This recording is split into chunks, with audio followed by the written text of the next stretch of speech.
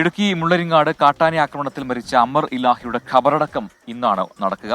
മുള്ളരിങ്ങാട് ജുമാ മസ്ജിദിൽ രാവിലെ 8:30-ക്കാണ് ഖബറടക്കം. കാട്ടാന ആക്രമണത്തിൽ പ്രതിഷേധിച്ച് വണ്ണപ്പുറം പഞ്ചായത്തിൽ LDF, UDF, NDA ഹർത്താൽ ആചരിക്കുകയാണ്. ഇതിനിടെ മരിച്ച അമറിന്റെ കുടുംബത്തിന് സർക്കാർ പ്രഖ്യാപിച്ച ധനസഹായത്തിന്റെ ആദ്യ ഗഡു ഇന്ന് കൈമാറിയേക്കും. വിവരങ്ങളുമായി രാഹുൽ വിജയനാണ് ഇടുക്കിയിൽ നിന്ന് ചേരുന്നത്.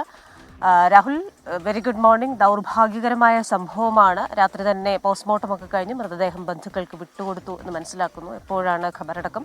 ഒപ്പം തന്നെ പ്രതിഷേധ സൂചകമായ ഹർത്താലും അവിടെ നടക്കുകയാണല്ലോ. കൃഷ്ണ പ്രജിൻ, നമ്മളിപ്പോൾ അമർ ഇലാഹിയുടെ വീട്ടിലാണുള്ളത്. മൃതദേഹം പുലർച്ചെ 3 മണിയോടുകൂടിയാണ് പോസ്റ്റ്മോർട്ടം നടപടികൾ പൂർത്തിയാക്കിയ ശേഷം ബന്ധുക്കൾക്ക് വിട്ടു നൽകിയത്.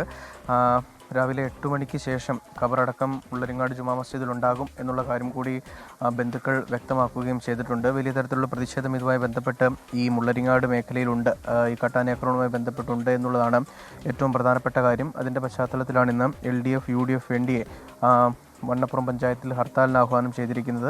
ഹർത്താൽ തുടങ്ങുകയും ചെയ്തിട്ടുണ്ട്. വൈകിട്ട് 5 മണി വരെയാണ് ഹർത്താൽ എന്നുള്ളതാണ് ഏറ്റവും പ്രധാനപ്പെട്ട കാര്യം. നമ്മൾ ഈ നിൽക്കുന്ന വീട് ഒരു സാധാരണ വീടാണ്, കാണുന്ന പോലെ തന്നെ ഒരു സാധാ വീടാണ്. ഒരു സാധാ കുടുംബത്തിലെ ആ കുടുംബത്തിൻ്റെ അത്താണിയായിരുന്ന ആളായിരുന്നു അമർ. അതാണ് ഇന്നലെ കാട്ടാന ആക്രമണത്തിൽ ആ അമറിൻ്റെ ജീവനാണ് നഷ്ടപ്പെട്ടത് എന്നുള്ളതാണ് ഏറ്റവും സങ്കടകരമായ കാര്യം. നമ്മൾ ഈ നിൽക്കുന്ന ഈ വീടിന് തൊട്ട് മുൻപിലായി നമ്മൾ ഈ കാണുന്ന പോലെ തന്നെ ദൃശ്യങ്ങളിൽ കാണുകയാണെങ്കിൽ തേക്ക് പ്ലാന്റേഷനാണ്. ഈ വഴി നേരെ മുൻപോട്ട്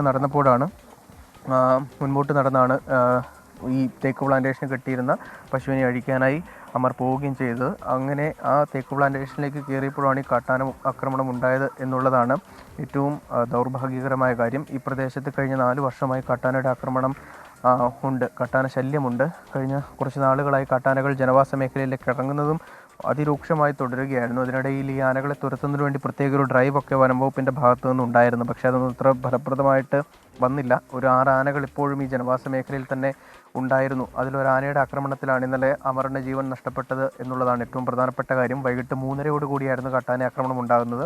ഈ അമറിൻ്റെ കൂടെ മറ്റൊരു ആൾ കൂടി ഉണ്ടായിരുന്നു, സുഹൃത്ത് കൂടി ഉണ്ടായിരുന്നു. സുഹൃത്ത് ഓടി രക്ഷപ്പെട്ടത് കൊണ്ടാണ് ജീവൻ തിരിച്ചു കിട്ടിയത്. പിന്നീട് ഈ സുഹൃത്ത് പുറത്തു വന്ന്, ഈ തേക്ക് പ്ലാന്റേഷന് പുറത്തു വന്ന് അമറിന് കാട്ടാന ആക്രമണം ഏറ്റു എന്ന് പറഞ്ഞു. അങ്ങനെ നാട്ടുകാർ ചെന്ന് അമറിനെ ഉടൻ തന്നെ എടുത്ത് താലൂക്ക് ആശുപത്രിയിലേക്ക്, തൊടുപുഴ താലൂക്ക് ആശുപത്രിയിലേക്ക് എത്തിച്ചെങ്കിലും ജീവൻ രക്ഷിക്കാനായില്ല എന്നുള്ളതാണ് ഏറ്റവും സങ്കടകരമായ കാര്യവും. പിന്നീട് വലിയ പ്രതിഷേധങ്ങൾക്ക് ഈ താലൂക്ക് ആശുപത്രി വേദിയാകുന്നത് നമ്മൾ കണ്ടതാണ്. UDF-ൻ്റെയും LDF-ൻ്റെയും ഉൾപ്പെടെ വലിയ പ്രതിഷേധം അവിടെ ഉണ്ടായിരുന്നു.